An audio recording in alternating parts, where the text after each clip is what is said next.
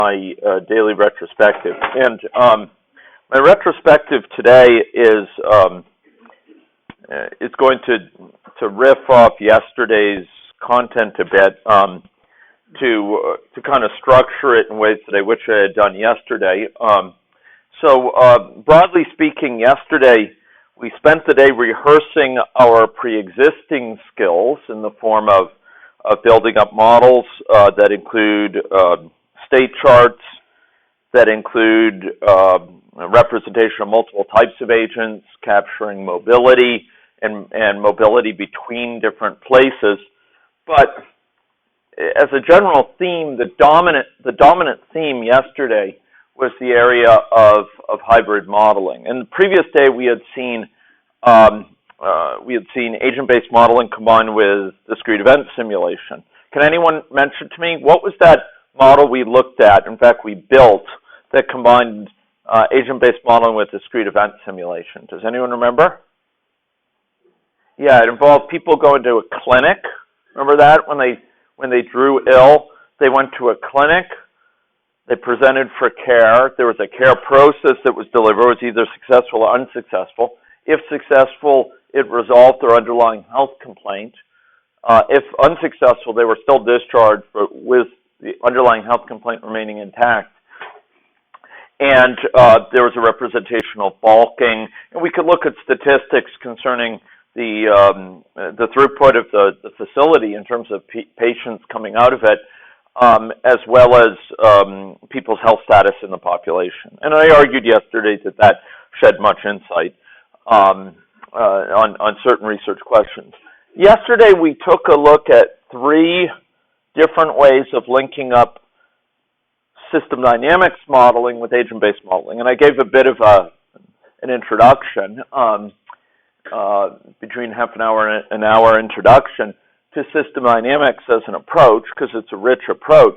But I noted that in AnyLogic, it's not a matter anymore of having upfront to choose only one approach, nor is it a matter of deciding upfront which portions of a model you want to be undertaken in a given approach. That boundary is flexible. You can adjust it over time as your learning skill set and research needs require. So we have 3 major types of configuration of system dynamics and agent-based modeling. In the first of them, where we built up a model called a budding model, we had system dynamics capturing upstream factors, capturing much of the system, particularly for areas of the system which might require a representation of large populations. Think millions of people, a national population. And then downstream, we had agent-based modeling capture the areas of the system of greatest interest. Now, in our case, it was an upstream-downstream relationship. In general, it could be just a portion of your system, not necessarily upstream or downstream. It's captured in ABM. But we were able to use agent-based model to capture a smaller population in particular interest, where we were interested in capturing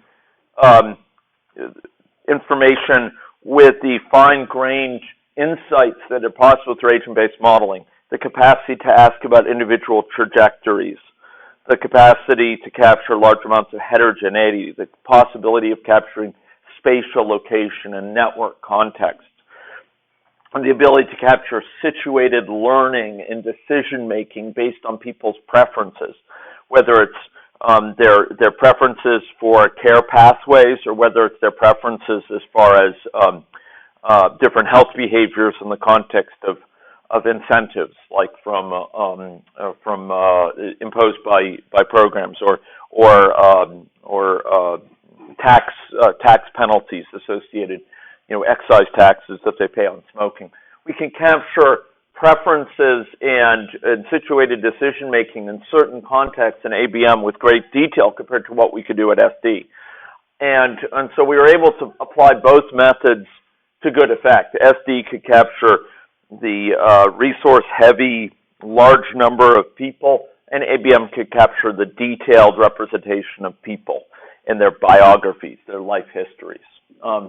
So this is a representation we saw where people left the SD system and they came into the ABM system. And there was a bit of plumbing associated with it, and you know, a bit of questions about the best way to do it and so on. But the big picture is that you can get this natural division in this sort of way for some models.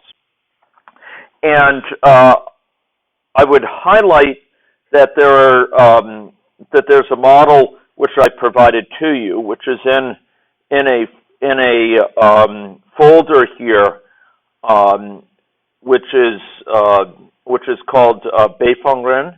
It's this one here. This is a model that captures this distinction for the case of diabetes in this province in a data-grounded way, drawing from databases at an individual level, as I recall, for diabetes. And here we had SD representing the non-diabetic population, and then ABM capturing the diabetic population. But it further has DES, discrete event simulation, capturing 4 agents while they're circulating as agents in the population. They also are, some of them are in contact with the healthcare system because they're awaiting assessment for kidney transplants.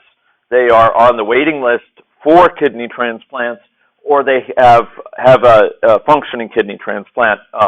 They leave that care process for the functioning kidney transplant. So here, there's an extra DES component as well in this Beifengren model. So that model might be of interest for some people. It's a tripartite model on which we have a paper coming out in Winter Sim in December. Okay, this is a very data-rich model drawn from this province and making use of extensive data from our nephrology program, from the province's Ministry of Health, and from ministerial databases, administrative databases, which are essentially population-wide. Okay, so the Beifengren model is used to capture a tripartite model, which uses SD and ABM in this sort of lateral way. How do you get that? So it's in the folders I would have given you. It's under, it's the ones on Google Drive, and it's under AnyLogic 7 examples online, and it's called Beifengren. It was made by 4 folks who happen to be from northern China, and hence the name. Bei is north, and this means northern peoples, the northerner model, because it was made by Amy Gao, Zhang Ying, and Zhang Jin, and Wan Yian. So they're from different areas of northern China, and so that hence the name. But the actual model itself is called SD model and ABM model and DE model, which is a less appealing name from my perspective. Anyway, you'll find that there, and you can go through it. It's a big model. It has the pieces. That model is notable also because it integrates. Zhang Ying was a student in our program in Biostat here, and she actually did, as the crux of her thesis, a competing risks analysis of diabetic to end-stage renal disease into mortality transitions, and the results of those analyses are incorporated in this model. So we did some primary analysis associated with some of that and incorporated it in the model. So the model incorporates directly results from a competing risks analysis that some of you may find of interest. So it incorporates mortality hazards and end-stage renal disease development hazards for diabetics. Anyway, I'm glad to talk about that model. If there's people with interest, say tomorrow. It was my hope to maybe give it as a little case study, but we wanted to get those folks in front of you yesterday to talk about the website. So that's an interesting model that exhibits this sort of interaction. Okay, so that was one sort of thing we did yesterday. Another one that we looked at, we spent more time on because it was the subject of building up our model, was this model where we have system dynamics inside of agents. Now, could anyone tell me where yesterday did we see system dynamics inside of agents?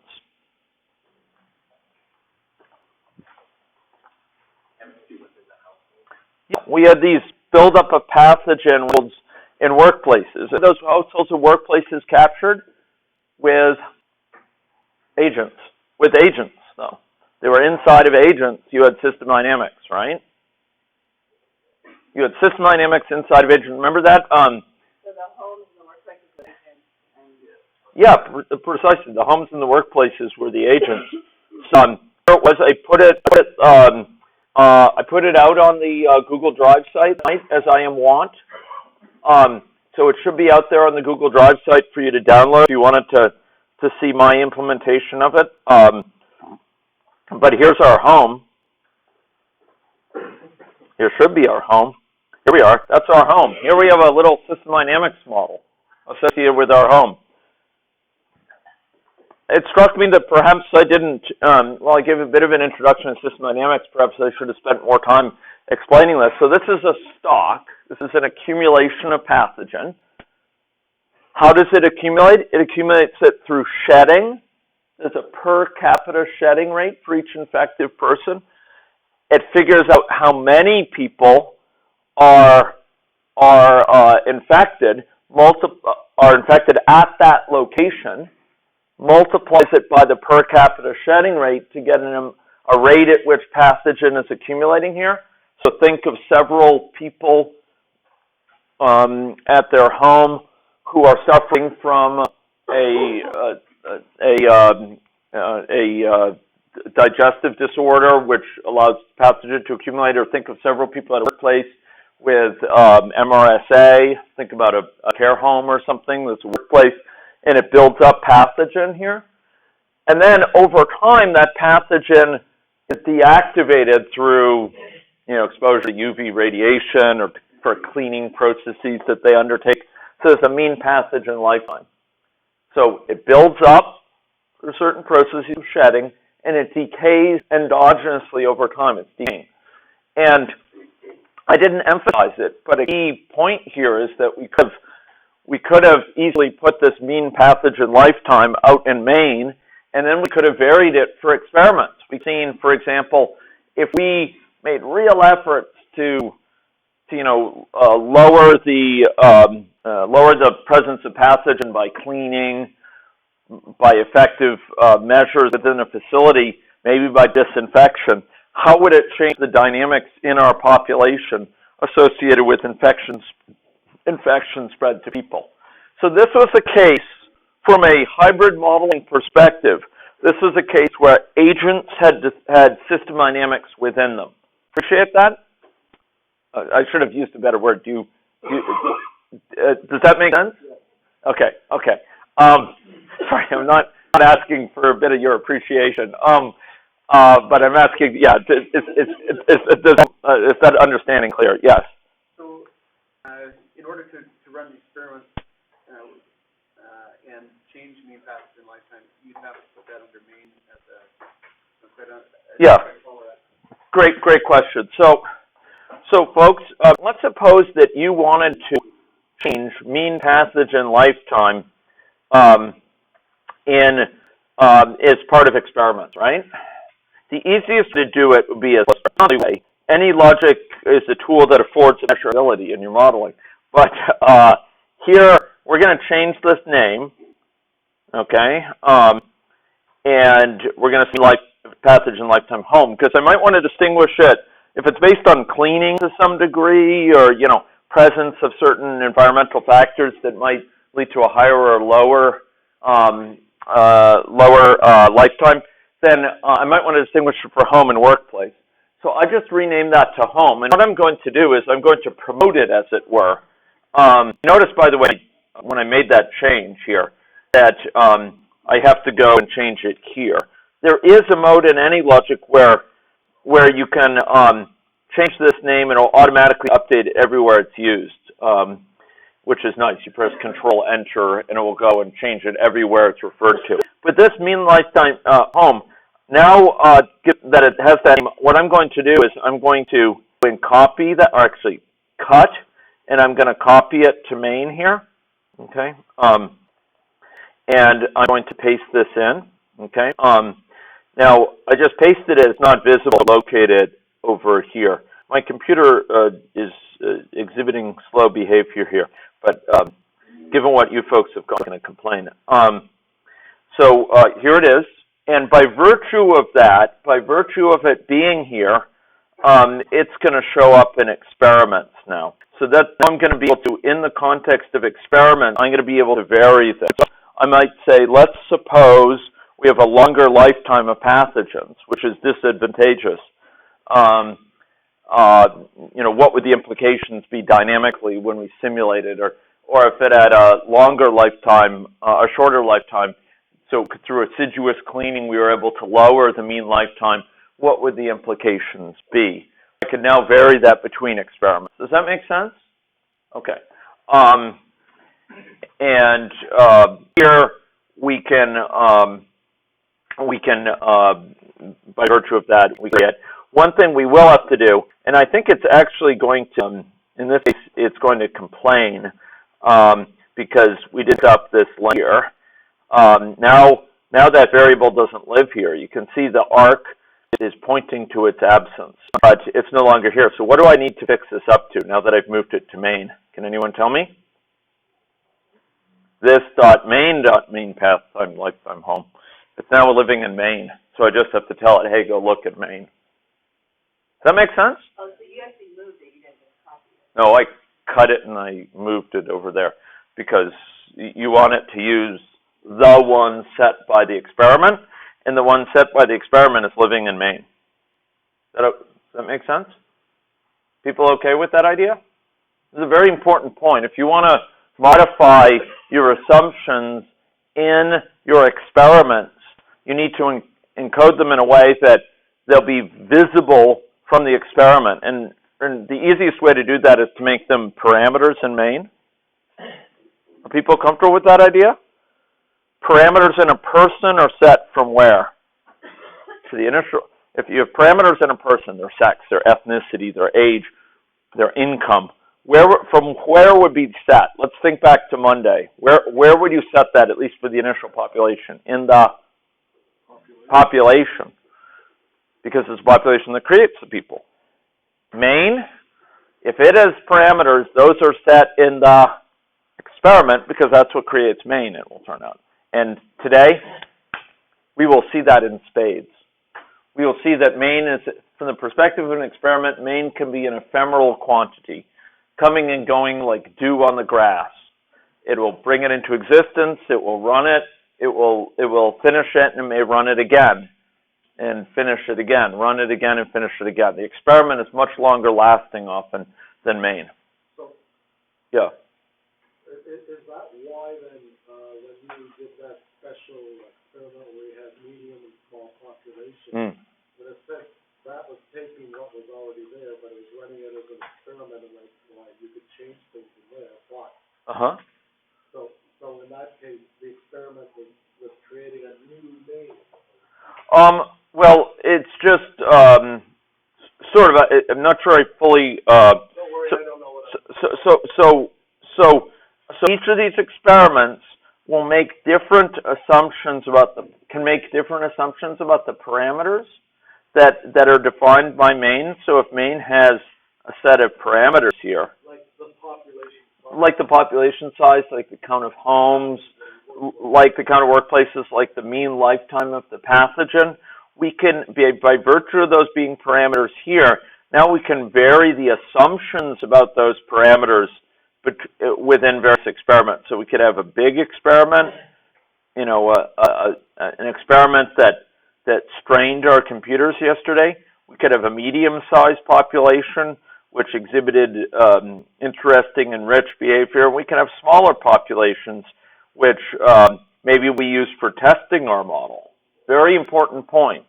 Often you want to test your model on very simple cases, and you can create experiments to do little tests where okay, we only have one workplace, we have one home, and we have, one person maybe. see how it works then. And maybe then you add it to 2 people or 3 people. See how it works then. You develop your intuition. You develop your confidence in the model. Cheryl, did you have a question? Yeah, just sort of related to this. I was kind of looking at her model last night, and I guess I ran into the issue of when do you want a parameter and when do you want an option? Do you want a parameter when you want something you can stick in main and easily vary by experiment? Because options don't show up as in your experiments, right? Option list? Yeah. So option list is a great question. So when would you use a parameter versus when would you use an option list? So an option list basically defines a set of choices among categories. So we might create an option list for ethnicity for a set of, Asian, Caucasian, Maori, First Nations. We would create an option list for sex, male versus female. That kind of defines the categories, and then, but it defines the set of all categories. Now, if you want a particular one of those categories for, say, a particular person, that they're specific from a specific ethnicity, then you would have a parameter that's of the type of that option list. But the option list itself is just defining the set of categories. And you can't specify what proportion is what in the option. No, no, actually, if you want to specify the proportion, you could specify a custom distribution, which takes as its type, and I would highlight our open population model here, which is sort of a few days ago now. So here's another open population model from North Carolina that I'll open if you wouldn't mind. Here we have options lists for ethnicity and sex, and here in my model, I have each person is associated with a specific ethnicity and sex and mother, and then I have in main I have what's moreover an ethnic distribution, and this is a custom distribution over an option, namely ethnicity, and this specifies what fraction of the population are drawn from each of these categories.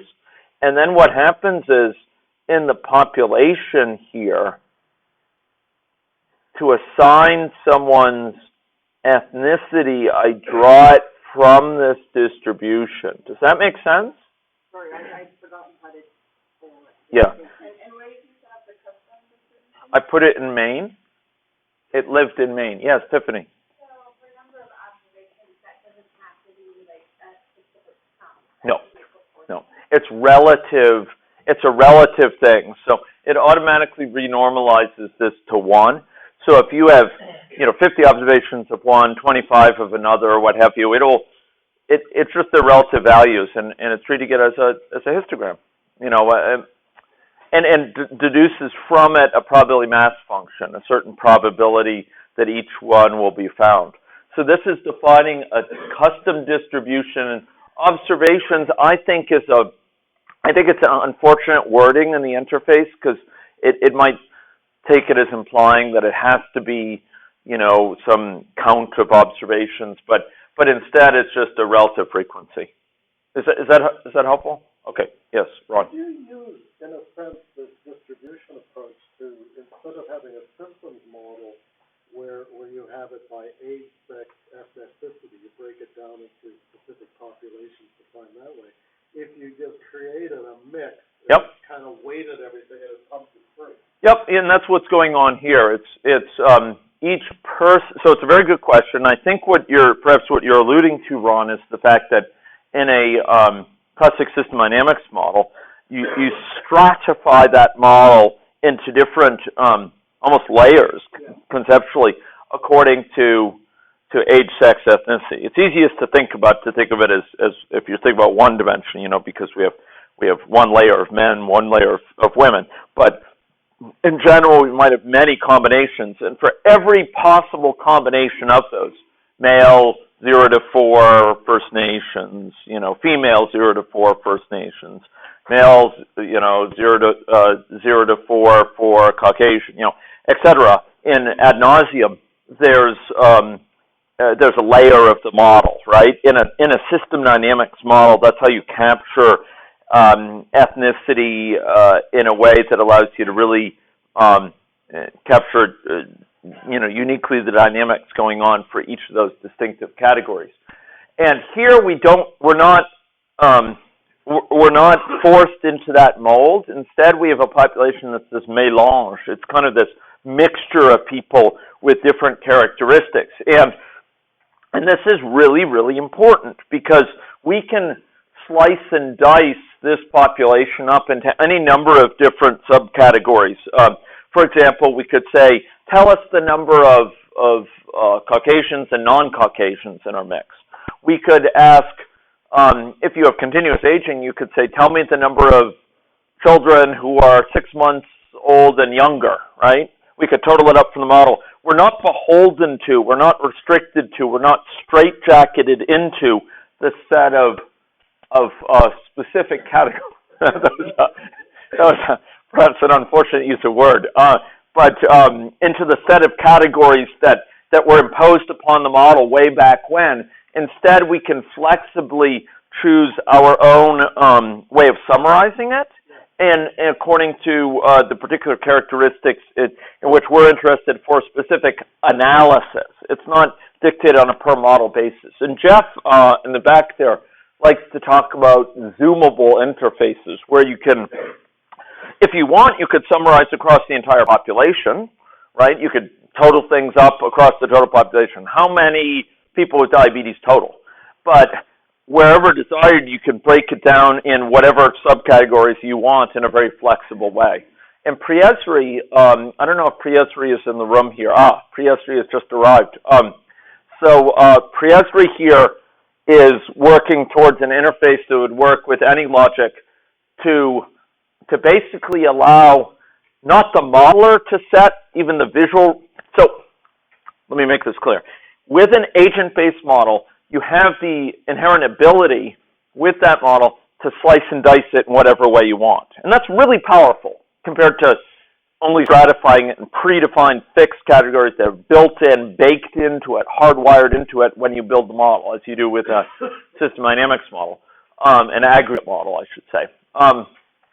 Rather, by virtue of having an agent-based model, we can slice and dice it whatever categories, great, but there's still the very real fact that in AnyLogic right now, it's the modeler defining the interface, and whatever they make available through that interface is what users of that model, think public health folks, think epidemiologists, think clinicians, they're limited to what's exposed in that interface for the questions that reasonably they can ask. So they're interacting with your model perhaps, ideally,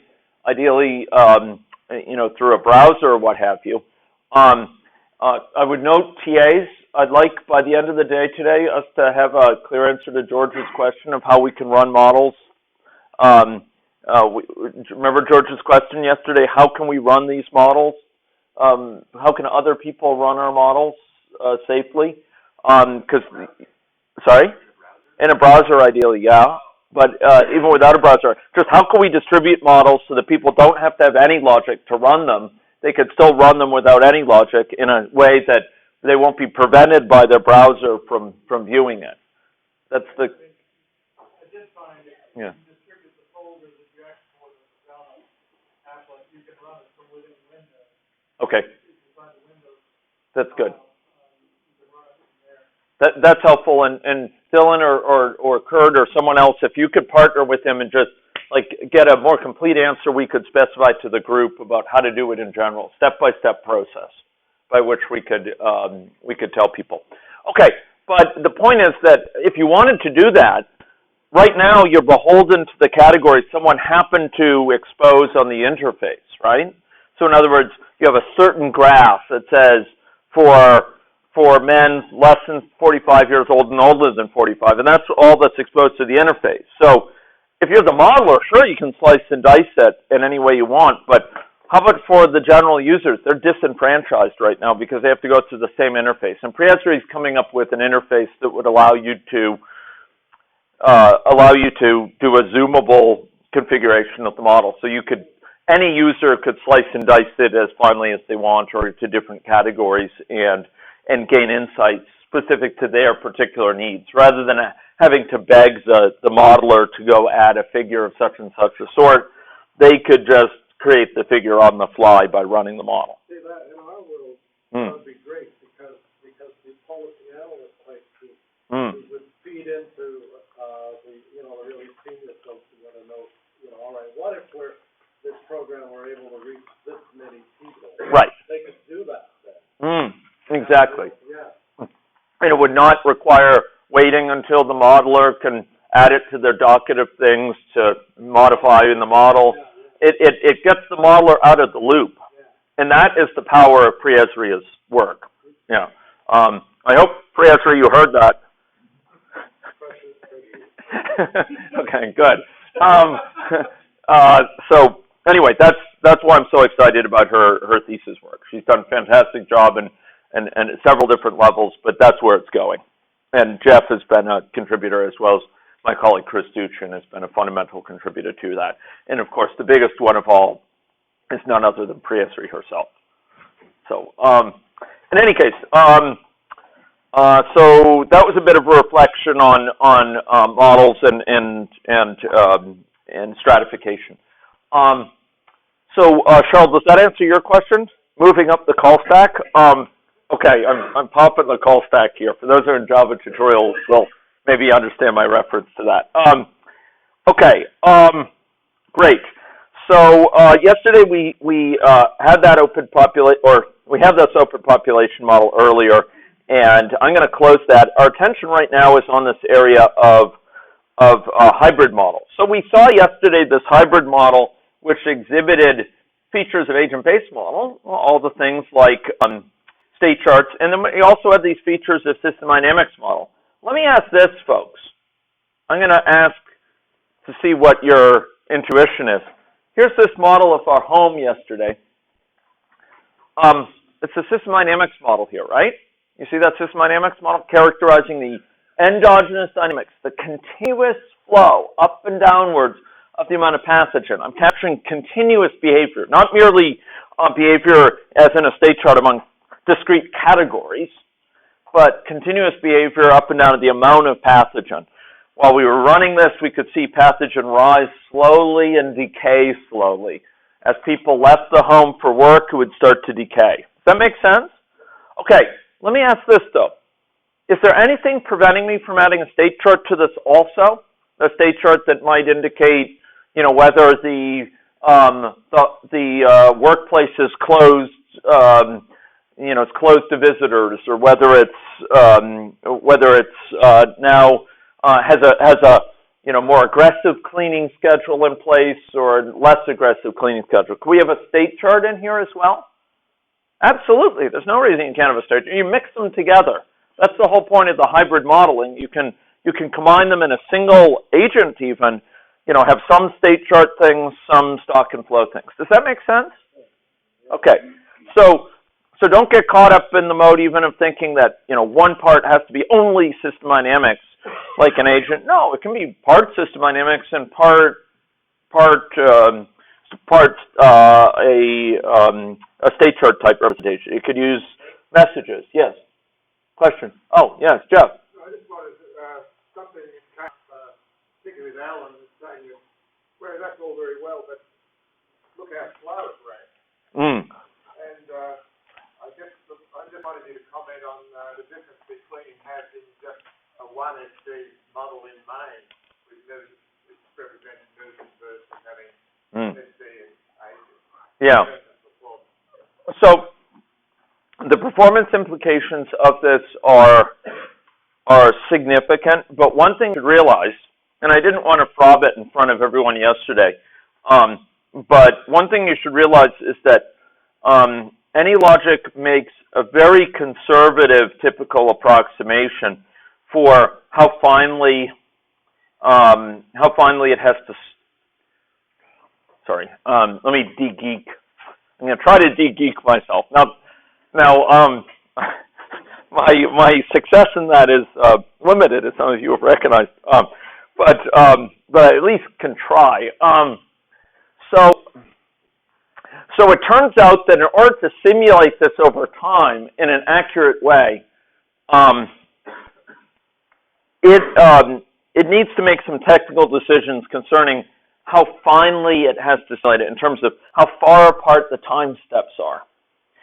So it's going forward time step by time step, figuring out how much pathogen there is. This is coming in continuously, so it can't go too far forward or even worse, too jump forward considering how it's draining, because it might think it's going to drop below zero or something. So it needs to go forward at a sort of pace that allows it to accurately simulate this. And the default assumptions about how finely it should simulate it are that it simulates it exceptionally finely, typically far, far, far more finely than you need to. And you can speed it up by orders of magnitude by changing those settings. In most cases, you just, as with any system dynamics model, your choice of time step has to be undertaken carefully and based on certain technical considerations. So when we created this model, we used the default settings for that, and I didn't want to go in and confuse people by trying to frob those in as a group. So I just said, okay, let's use a small population. But it is possible to set these things, and could we get that original scenario running with it? Yes, we probably could, without much difficulty at all. Very readily could have that. But there's no question this imposes a strong performance hit. If you have system dynamics models, performance hit. And what can you say? That's part of the trade-offs involved. It's nothing about AnyLogic. It's about the nature of this sort of modeling. And there are people in this very building who make their career studying how to deal with the performance challenges associated with these sort of models, and who need to simulate models of the heart where you have hundreds of thousands of these little stock and flows operating at the same time, and there's a set of performance bottlenecks that are one of the main points of study with that. So yes, it does have a cost associated with it, but the cost is less than you might think at first blush because of the default settings. And if we were to change those, we'd probably find we have a lot more flexibility than we think, but at some point there's just no way you're going to get millions of agents running comfortably with this sort of model within each agent. It's just not going to happen with today's level of technologies, with Java, etc. It's going to be a non-starter, and it would take days and days and days to run if you were to do that. And that's part of the material trade-offs associated with the modeling choices. Question? Yes, Ron. But a related question is, yeah. What do you do to scale this experiment up to some overarching population? Yeah. So we've taken many approaches to scaling. As Jeff alluded to, if you have a single stock and flow model for the entire population, it's of course extremely scalable with respect to population size. You have a population of 10 people, you have a population of 100 billion people. It doesn't matter how quickly it runs. It's really because you're putting these into agents, and each agent has work to do associated with this. That's when it takes a long time. So if I could put it in a pithy fashion,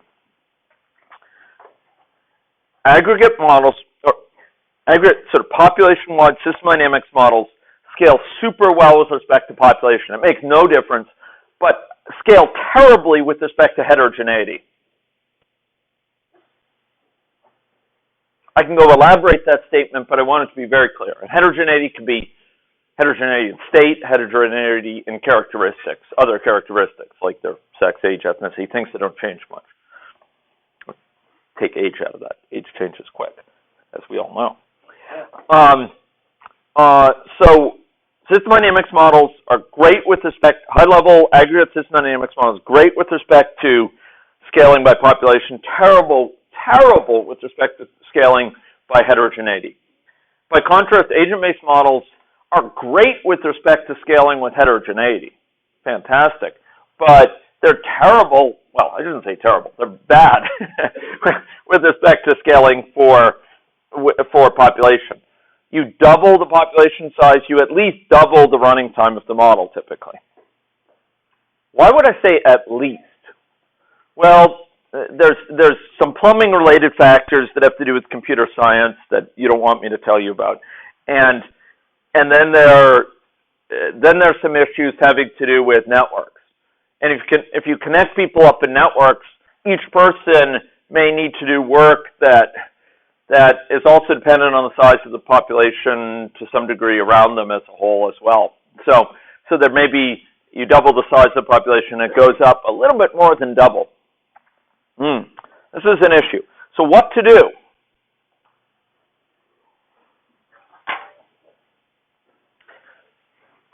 There's a variety of strategies that we've explored.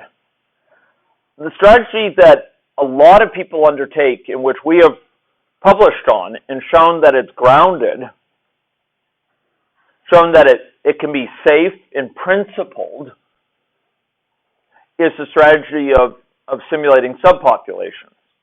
So you want to know for an entire population what the implications are. You could, through a rigorous methodology, study a subpopulation of that entire population.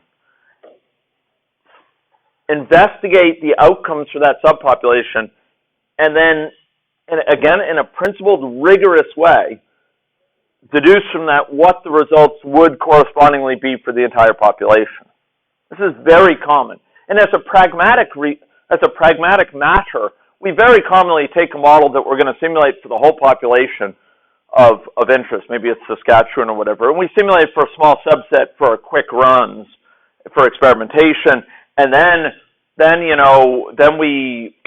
we're going to do the full experiments for our papers or whatever, and we do it for the full population. At a pragmatic level, we do that. But the point is that there's a principled way to go from results from a small subpopulation to results for the full population that's not always immediately obvious. I'll give an example here. For small toy models, it's pretty straightforward. You just scale it down linearly, and if you're dealing with prevalences, they are comparable to the prevalences in the full population. If you're dealing with counts, you have to multiply them by the ratio of the two population sizes. But imagine you have a situation where you have a spatial area. Think bats in a box, right? Or think people circulating in some area with placement of clinics. If you scale the population, you typically will want to scale the space size as well to account for the fact that you don't want to change the density, right? You don't want to simulate, pretend like the population is. Imagine if you're simulating the county of LA, right? Simulate the county of LA and services over the county of LA.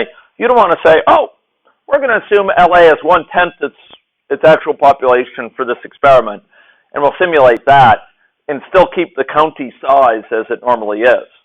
Because now you've changed the density hugely, and that density might make a big difference. Make a big difference in traffic jams, that's for sure.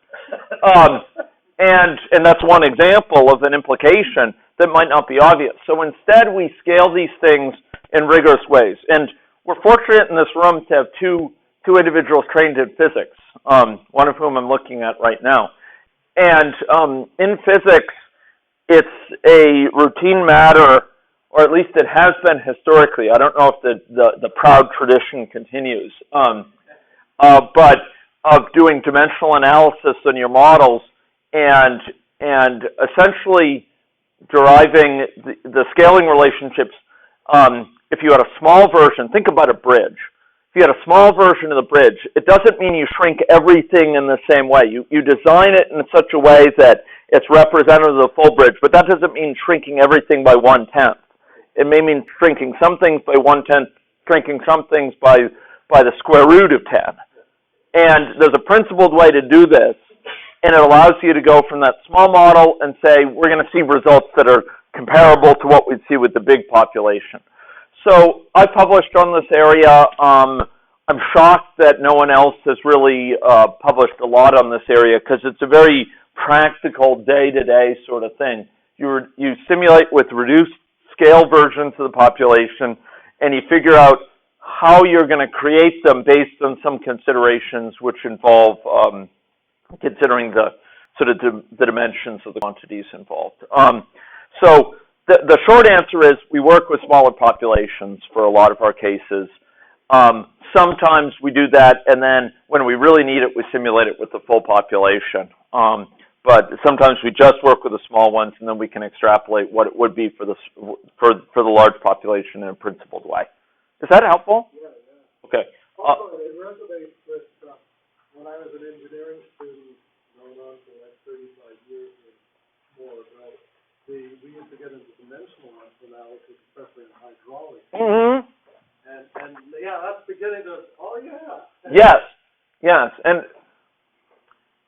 yeah, if you don't want to see my geeky side, we don't want to go there.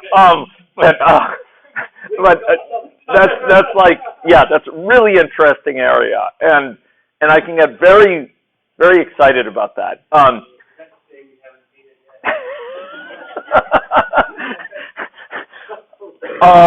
Moving right along. Okay, so this was our model yesterday where we had system dynamics with an agent. Did we not? But I want to highlight, just because we didn't have a chance to show it, it took quite a time. And ladies and gentlemen, it took quite a bit of patience on your part. And it's caused quite a bit of gratitude that you tolerated going through that.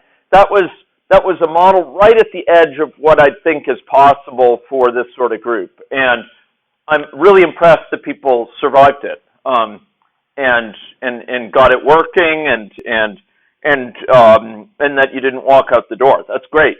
I know I pushed really hard on that, probably further than I should have, and I'm grateful that people bore by it, but I hope it's significant. I mean, I hope it struck you as significant, and you can have these environmental reservoirs of pathogen that decay over time and build up, and they can infect people, and you have this melange of system dynamics and agent-based under the surface.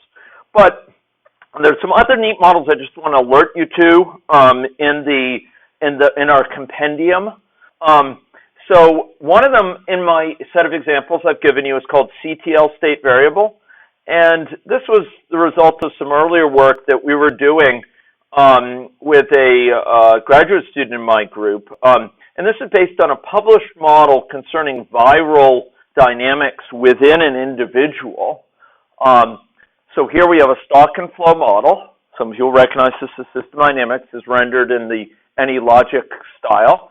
We have viral load, we have uninfected cells and infected cells, and then we have an immune response which builds up and decays over time.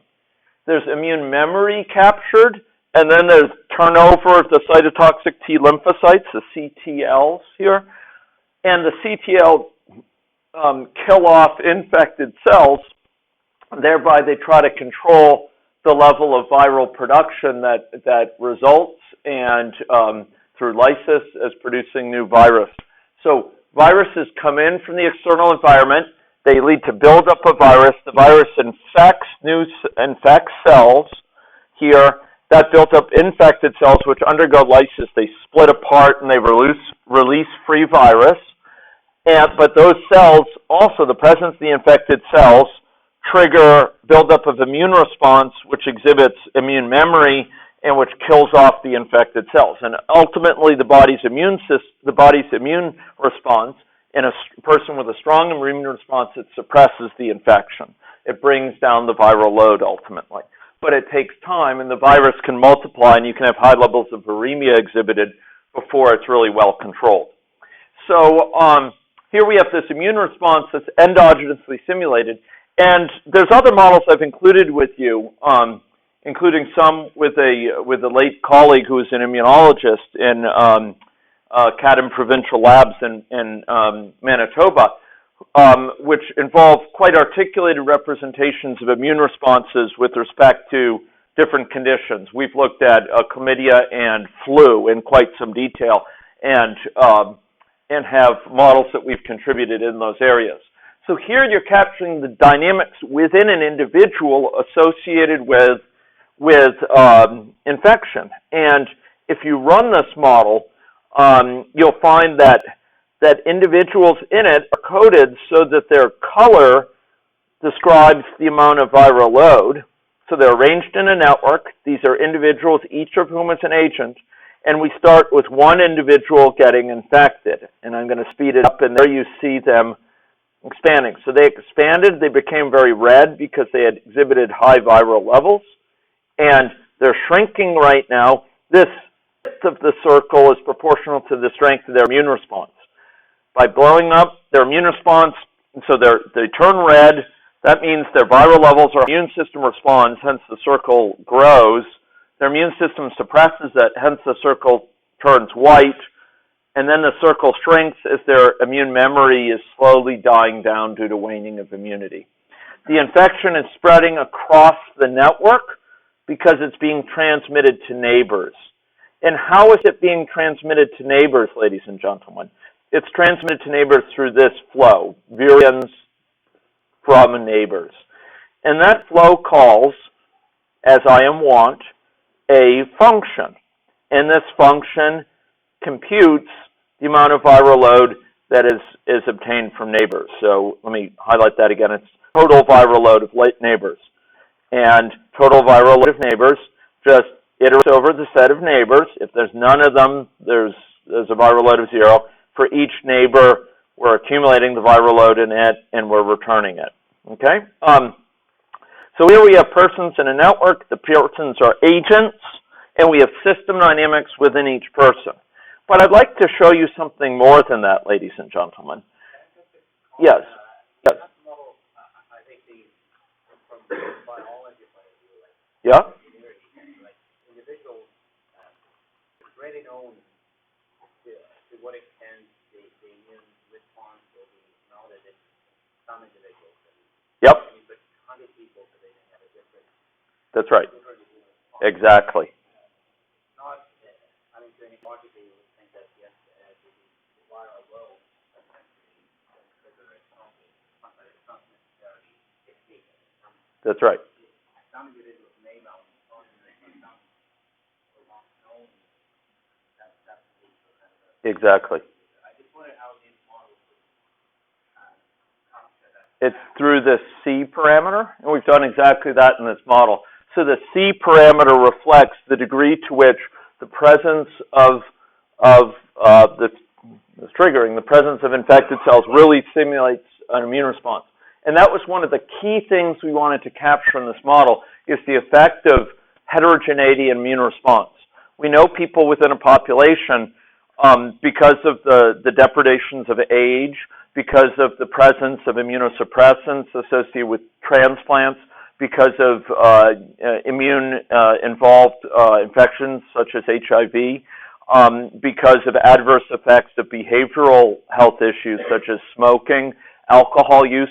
We know that immune system strength and immune response can be adversely impaired and can really vary from person to person. And in models like this, there's one or more parameters. In this case, it's a single parameter that captures the level of strength of immune response in response to this stimulation in the presence of infected cells. So virus infects cells, and how quickly and how strongly our immune system will respond will be captured through this parameter. And this is extremely important because we wanted to know. So Jeff and David here and Dale, as they can readily assure us, the reasons we see seasonal flu to flu coming back every year is not the fault of Australia or New Zealand. It doesn't just live in the southern hemisphere in winter there or summer there.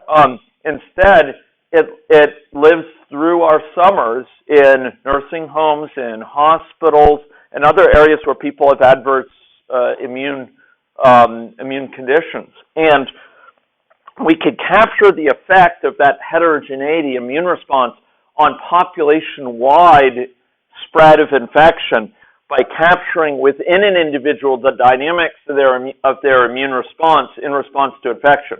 Because immune system strength affects all of how likely you get infected in the first place, and there's antibody-related mediated things as well as cell-mediated immunity, type considerations, so type 1, type 2 considerations, Th1, Th2 type responses. It affects how likely you are to get infected, how strong the growth of virus will be in your body prior to effective response, how long you stay infectious, how high those viral levels go. All of those are affected. And we thought the best way to capture that is to capture some aspects of the dynamics within a person in a little theory of the immune system. These theories of the immune system are well published. They're known, and they've been around now for well over a decade in their various forms. Some of them date back to the 1980s for work in the Soviet Union, in the final decades of the Soviet Union. And here we can capture these immune responses within a person and then look at the epidemiological consequences writ large of those responses in a person in the context of population heterogeneity in terms of immune strength and strength of immune response. So in this particular model, which is a toy model for demonstrating the general purpose, it's a model we started with earlier in our investigations, we actually have a population here where we have individuals in, excuse me, I'm looking at the wrong model here. I'm sorry, I've just opened it right there to the wrong model. And people differ with respect to the strength of their immune response. Some people have a very weak immune response, some people a much stronger immune response, and we can examine the ways in which that affects the spread throughout the population. But without wanting to belabor this, because we want to get onto new material, I would also note that within each person, we have a state chart which indicates whether they're living or if they've passed away. This is very important because we want to capture if the viral level, if viremia reaches a certain point, it may be life-threatening. And we want to understand the implications of that in terms of some of the dynamics. And so in this particular case, which is somewhat contrived, we have a representation of a network where some individuals, particularly those with low immune strength, they get removed from the population due to fatal complications, fatal levels of viremia, whereas others do manage to survive and defeat the infection. So yes, yeah. Mm. There's these little dotted gray lines out of it. Right. So, are you talking visually here, or you mean at the level of the person? Well, for a person, Yeah. there's a chart. Well, during the simulation, Yep. there are these different people have different little lines. Oh, yeah. Sure. Okay, so here we go. So I'll go down to the level of a person, and you have here. We'll go to like those little lines. Okay. There's a very defined reason for this. This model was originally built, 6 or 7 years ago in AnyLogic 6, and if I were to circle through here, we would see. I'm hoping to get one of them out of the way of this darn little thing. Okay, well, I guess it's just hidden behind here. That's right. Actually, it makes sense because behind here must be. There it is. Okay, there we go. The fox has shown its tail. Okay, so here we go. Okay, so this is in AnyLogic 6. We had to hitch people up. Some people in the room might remember it. People like Cheryl, who have previously been in this boot camp, might have a specific memory of this. Remember me having to teach dx, dy on this board here? So back in AnyLogic 6 days, we needed to hitch people up explicitly with lines, and we had to tell those lines how far to go over. And man, you think you folks had it rough. So we had to go through and define how many people. We had to make copies of those lines for however many people to a given person. So consider an index infected. They had lines coming out of them based on to each person to whom they were connected. So we had to set it so the number of lines was proportional to the number of people to whom they were connected. Where is it here? The replication, and then each line had to be connected to the requisite person by going in the X and Y directions. And this is what you had to do on the first day. So you thought this was tough. That's like back in the days where the boot camp involved, like triathlons, and the first day or something like that. In any case, I'm exaggerating some, but it really wasn't that bad. But those are the lines that you see. No, it just happened to be behind it. Yeah. So it's a great question. That was the fox's tail. Yeah. So how do you decide whether it's a dynamic process in a person or if it's a person going through different states? Because a dynamic process would take somebody through different states. Indeed. Yeah. So I think what you're asking, Robin, is how would you? I mean, at a pragmatic level, if I'm going to be building things with this, and we have people going through changes over time, when do I represent it with a state chart? When do I represent it with a stock and flow model? Okay, I mean, we can really boil down to that. Well, I would say that you have to consider something about the domain context, the type of information that you need to get out of the model to answer your research questions, and if there's any implications for how accurately you need to characterize things, whether there's a requirement there. And then finally, I think you need to consider the pragmatics of it in terms of some of the things Alan highlighted, which is the performance costs associated with it. I would say, I'll give an example that we struggle with. So it's not just you who struggles. I was struggling with this last night. Yeah. So others of us struggle too. Take an example of weight. So I do some things in the area of obesity and weight-related factors, and we could represent a state chart that has weight dynamics for people, right? Normal and underweight. Maybe you have an underweight stock, a normal weight stock, overweight and obese. Maybe you have obese class 1, 2, 3, or something like that, okay? You could have different levels of obesity. You could have people going between these states, right? And then there are these great models, fantastic models from Kevin Hall at NIH, these nicely validated models. They have people in these rooms. They give them meals through this little slot, and the people's, all their air they breathe and breathe out is sort of measured, and all their waste matter is analyzed, and they weigh on a scale, and their exercise is all recorded, and they can get very precisely calibrated models that give system dynamics type models of how their weight changes over time in a continuous fashion. And when do you use one versus when do you use another?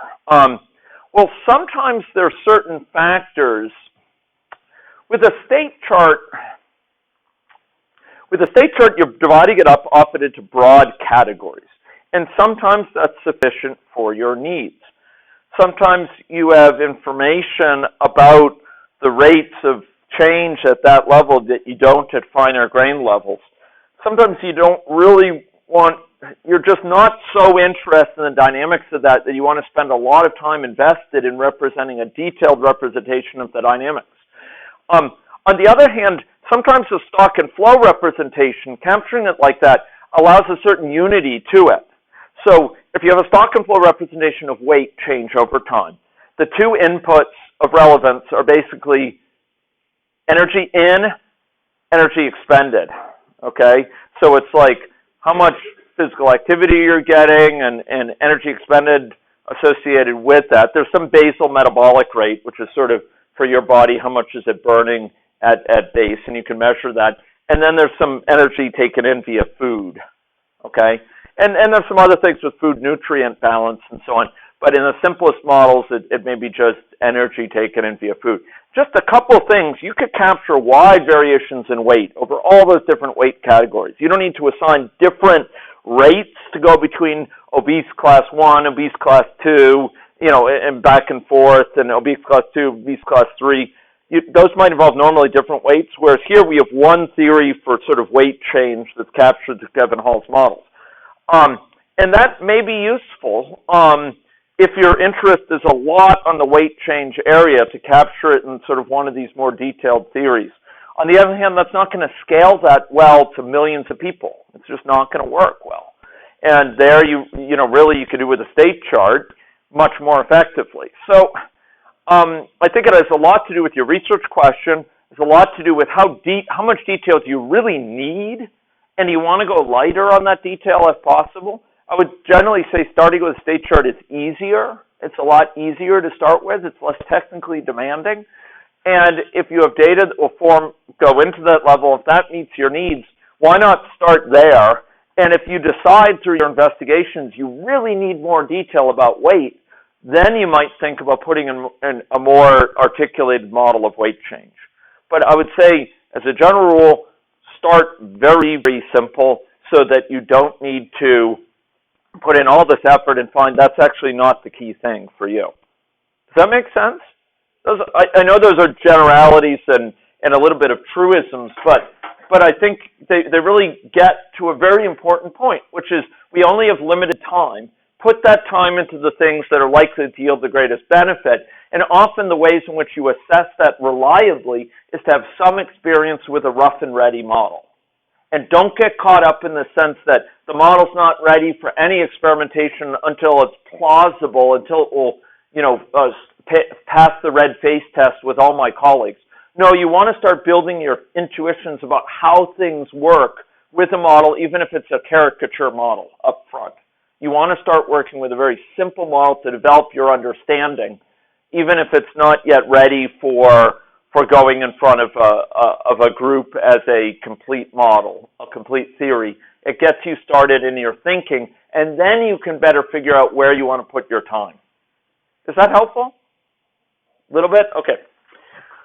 Okay, great. So, folks, I think we're just about out of time for my retrospective, but I did want to highlight this Day-Funger-In model, which is the tripartite model, which is all three components. Oh, and the final model I wanted to do, I did sort of a short. I didn't do justice to this case of SD at a higher level, ABM at a lower level yesterday, and I did want to highlight for you just very quickly. There's this model called Basic Health Economics, ABM. And here we have agents who are people, and they're divided here into a set of states. And, per Robin's question, we could have characterized this dynamics with a stock and flow model potentially, but we characterized it with state charts. And we have sort of an activity-based costing model where you have some costs are associated with being in a state on a per year basis. So you have some cost for being, having end-stage renal disease, that being born on a per year basis. And then there are some particular events, things like transplantation events, that have a cost just for that event, so a per event cost. And at least, say, $75,000 being accumulated for that one event. So some costs are accumulated by virtue of being in the states, and some costs are accumulated by virtue of events occurring. And similarly, each of these health states has a health-related quality of life measure, as might be elicited through utility-based quality of life assessment scales. And each of these states has a different quality of life measure, which is, in this case, is just for demonstration. It's not anything grounded. Now, up in the main class, having had those things going on at the person level, up at the main class, we have a bunch of stocks and flows which total up things across that population. And ladies and gentlemen, riddle me this. How would I get a snapshot right now of the number of people, for example, who are diabetic?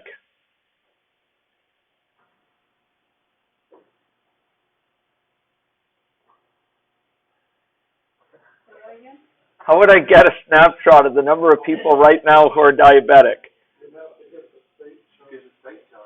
Okay, and from the state chart, and how would I summarize that? Using what mechanism?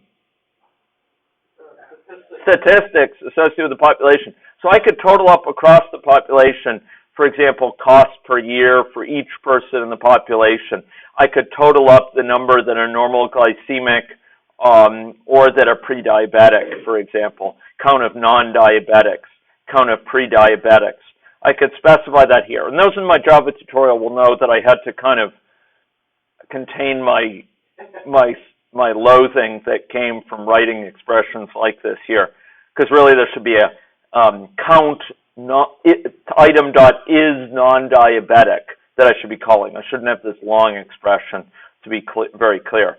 So if I can total these things up across the population in a statistic, then I could integrate those statistics in the form of these stocks and flows. So it can associate, for example, new quality adjusted life per year. All I do is I total up across the entire population quality of life measures, and I integrate it up over time into this stock. So I integrate that. New life years lived, guess what I'm integrating up? I'm integrating up the population size over time. So if we have 10 people and they live for 20 years each, then I have 10 times 20, or 2,000 life years lived. Does that make sense? So these things integrate up. They integrate the costs associated with these things. They integrate costs that are discounted and undiscounted, and they include costs that are borne based on being in a state with a certain per year cost of being in that state, plus costs that are based on episodes, that are based on particular events, such as a transplant operation. So this is an example model where we have system dynamics at the top level and agent-based modeling at the lower level. We're using the system dynamics to total up statistics.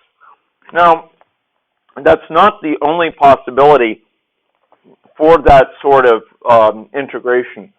You can also very readily have system dynamics capturing high-level environmental dynamics, say weather-related changes, or say changes related to regulatory policy or what have you at the high level, and agents get affected by it. Here, we kind of had agents giving up statistics to system dynamics, but you can also have the reverse, where they're affected by the weather. And you might have a system dynamics model that's stochastic even, that has random walks in the current weather, so it captures the seasonal variations in general, but has random walks associated with the weather, and that affects, the walking behavior of agents or something like that. Each in their own neighborhood has a certain walkability. They have access to certain paths, and whether or not it snowed might affect whether or not they do a walk that day. Whether or not it's raining might affect their walking behavior. So you can have system dynamics at a higher level and agent-based modeling at a lower level, capturing situated agents. Very, very attractive and readily done in this context. Any question about that? Yes, Jeff. Just a comment. In the big book of simulation, there's a chapter on multi-method modeling. It lists like 27 different ways you can link different approaches. Talk a little bit about the pros and cons.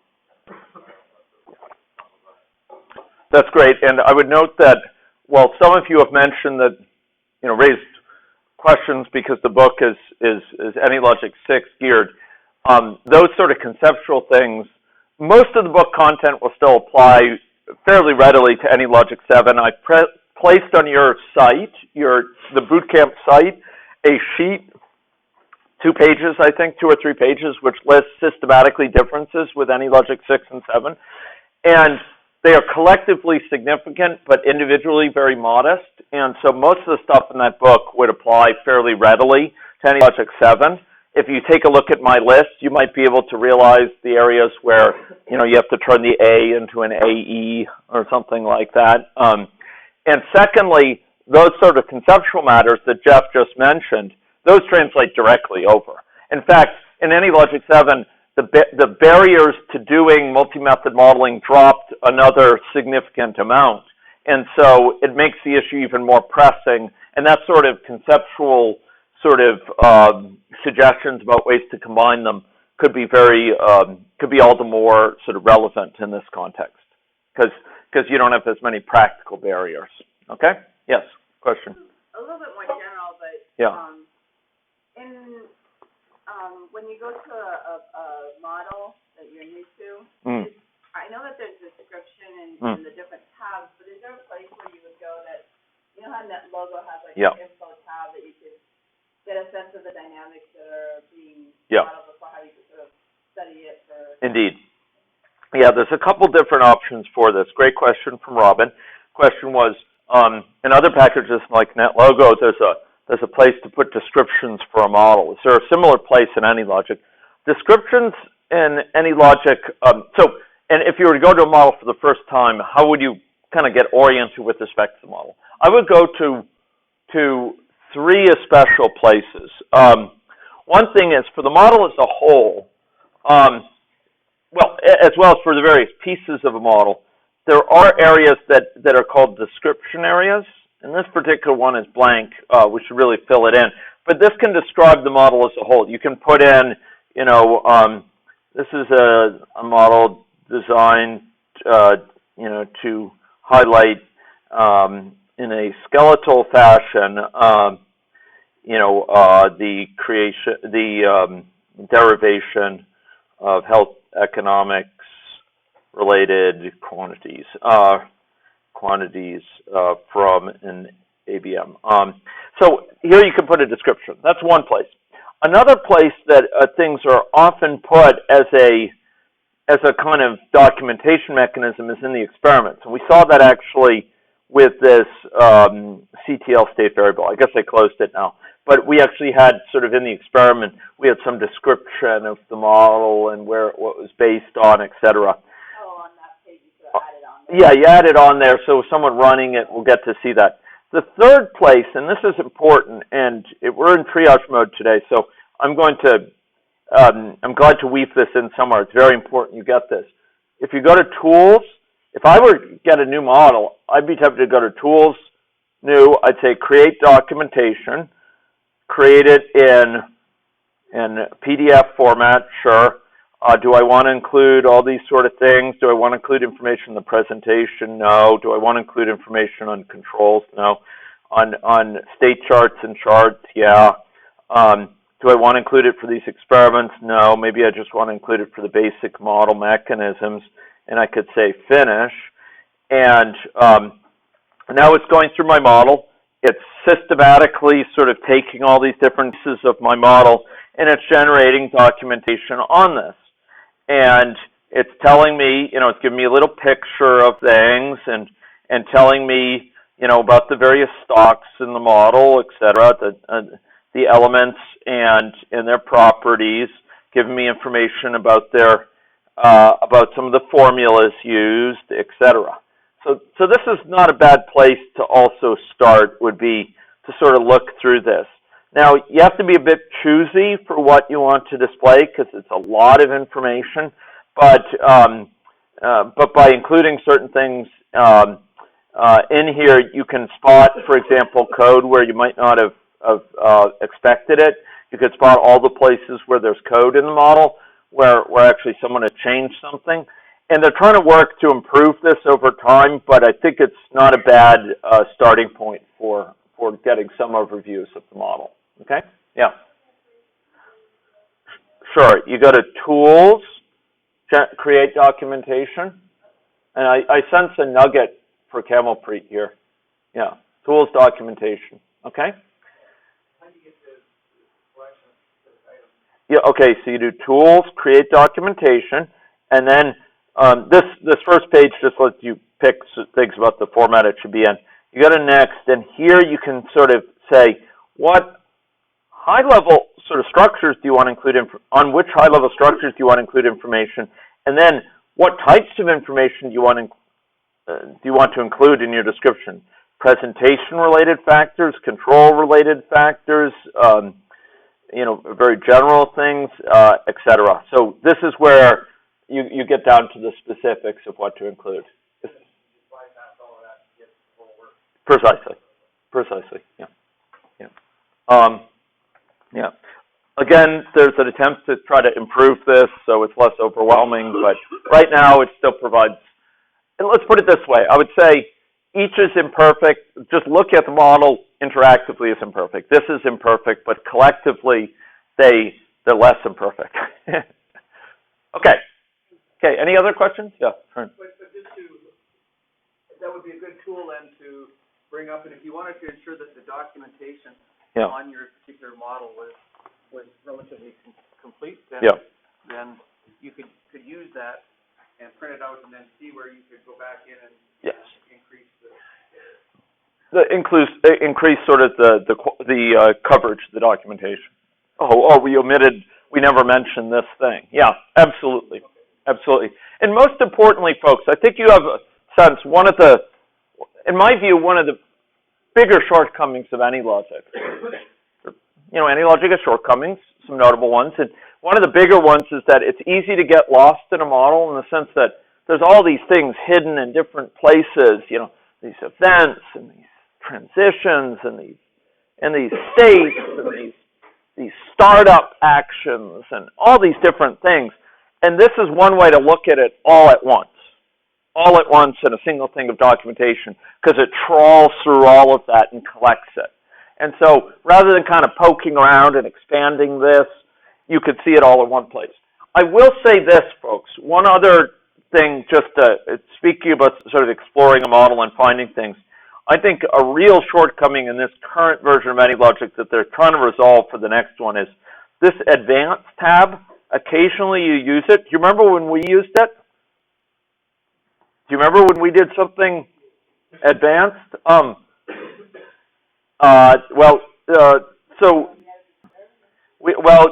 We actually added these things on click. For example, you can do on click, so when you click on something, by default that's closed, and that's a real problem because if you have something in there, you don't want to hide it, and you wouldn't see it if you go there unless you open it. And they realize this is a problem, that it should be open if you've modified anything in there, and they're going to resolve it. My guess is it'll be 7.1 in October or early November, but that's a vulnerability. So just be aware, if you're trying to explore a model built by someone else, do look in the advanced tab, because right now you might miss something otherwise. But if you were to generate documentation, you wouldn't miss that, right? Okay, folks, I think that's. Thank you for listening to the retrospective, and we're going to continue on with some new understanding today, particularly about three key processes: sensitivity analysis, calibration, and output, factors related to getting data into and out of your model, okay? Collecting statistics from your model, presenting it, and a little bit about getting data into your model as well, okay? So that will be on the docket, and let's take a 5-minute break now, and we'll reconvene. Thanks.